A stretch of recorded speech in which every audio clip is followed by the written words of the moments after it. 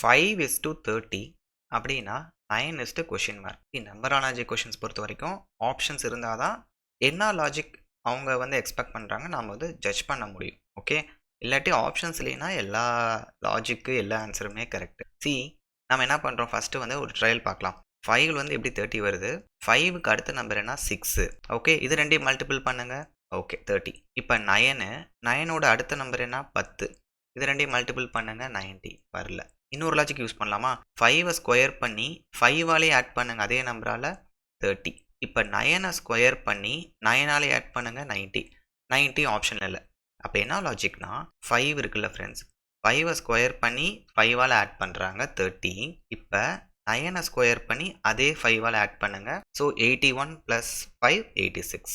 கிளியராக இருக்கா? அப்போ என்ன லாஜிக்னா இந்த ஃபஸ்ட்டு நம்பர் இருக்குல்ல, இதை வந்து ஸ்கொயர் பண்ணி ஒரு காமன் நம்பர் 5ஆல் ஆட் பண்ணுறாங்க.